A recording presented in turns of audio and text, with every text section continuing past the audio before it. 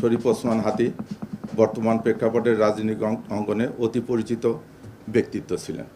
তিনি ইনকলাব মঞ্চের মুখপাত্র হিসেবে ভিন্নধর্মী রাজনৈতিক ধারার সূচনা করেন। বিভিন্ন সময়ে কার্যক্রম নিষিদ্ধ আওয়ামী লীগ ও নিষিদ্ধ ঘোষিত ছাত্রলীগ সংগঠনের বিগত দিনের কার্যকলাপ সম্পর্কে তিনি সভা সমাবেশ, ইলেকট্রনিক ও সোশ্যাল মিডিয়ায় বিভিন্ন রকম সমালোচনামূলক জোরালো বক্তব্য প্রদান করেন। তার এই বক্তব্যে নিষিদ্ধ ঘোষিত ছাত্রলীগে তার সংগঠনের নেতাকর্মীরা ক্ষুব্ধ হয়। আপনারা জানেন, ভিকটিমকে গুলি করা এজাহার নামে পলাতক আসামি ফয়সাল করিম মাসুদ ওরফে রাহুল ওরফে দাউদ নিষিদ্ধ ঘোষিত ছাত্রলীগের রাজনীতির সাথে জড়িত ছিলেন।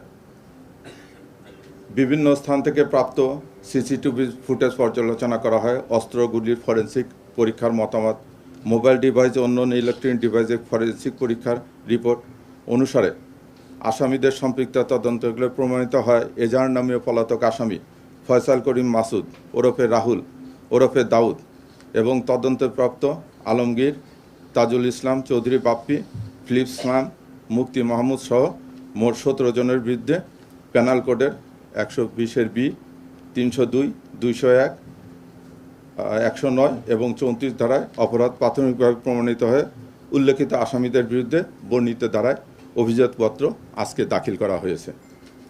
ভবিষ্যতে এই মামলা সংক্রান্তে আরও কোনো তথ্য প্রমাণাদি বা কারো সংশ্লিষ্টতার প্রমাণ পাওয়া গেলে বিজ্ঞ আদালতে সম্পূরক অভিযোগপত্র দাখিল করা হবে।